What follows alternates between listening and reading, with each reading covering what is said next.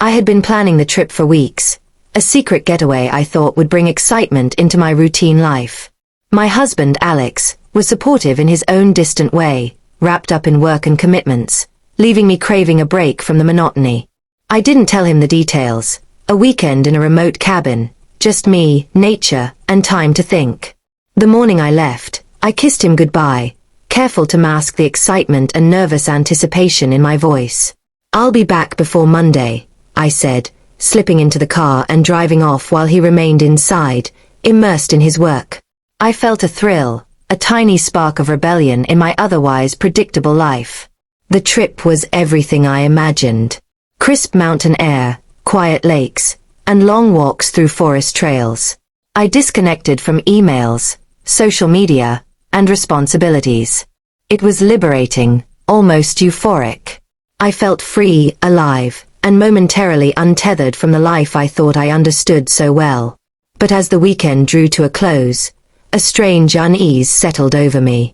I tried to shake it off, blaming my imagination. When I finally returned home on Sunday evening, the house was unusually quiet. No sign of Alex, no note, nothing. At first, I assumed he was out running errands or perhaps visiting friends. But the quiet felt heavier than normal. I called his phone. No answer. Texted him. Nothing. Panic started to creep in. Something was wrong. I drove around, checking places he might be. His office, the gym, even the grocery store. And then I saw a car I didn't recognize in our driveway. My heart sank. Inside, I found the house empty, except for a single note on the kitchen counter. My hands shook as I picked it up, my eyes scanning the neatly written words. Gone. I couldn't wait any longer. Goodbye, Alex. I reread the note several times, hoping it was a cruel joke, a mistake. But reality hit me like a tidal wave. My husband, my partner of 10 years, was gone, and he hadn't left a way to contact him. No explanation beyond the brief, cold words. My secret trip, meant to be a brief escape, had coincided with the ultimate disappearance from my life. Shock gave way to disbelief, and disbelief turned into grief. I spent days walking through the empty rooms, each one echoing with memories of shared laughter, arguments, and love.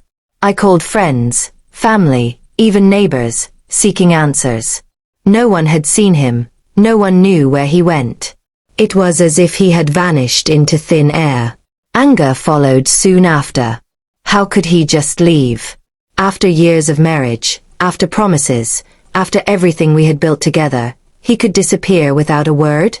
I replayed our last conversations, searching for signs, for clues, for anything I could have done to prevent this. Weeks passed, and slowly, I began to accept the truth. Alex was gone, and I had no choice but to continue my life without him. The pain was immense, the loss raw, but in that emptiness, I discovered something unexpected, resilience. I poured myself into my work, my friendships, and new experiences. I traveled, met people who inspired me, and gradually rebuilt a life that didn't rely on his presence. The secret trip that had started as an escape became a turning point, teaching me the fragility of life, the unpredictability of people, and the strength I never knew I had. Months later, I moved into a new apartment, smaller, cozier, and fully mine.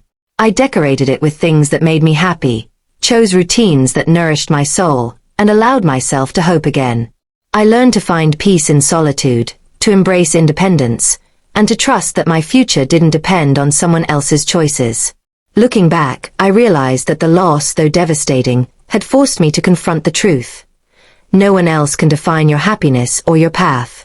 Alex's disappearance left a wound that would never fully heal, but it also opened a door to self-discovery, freedom, and the realization that I could survive, even thrive, on my own. In the end, the secret trip I had taken wasn't just an escape from routine. It became a metaphor for life itself, full of unpredictability, loss, and lessons that shape who we are. And though I will always remember Alex, the man who vanished, I now live fully, courageously, and independently, embracing the future without fear, without regret, and with an unshakable sense of self-worth.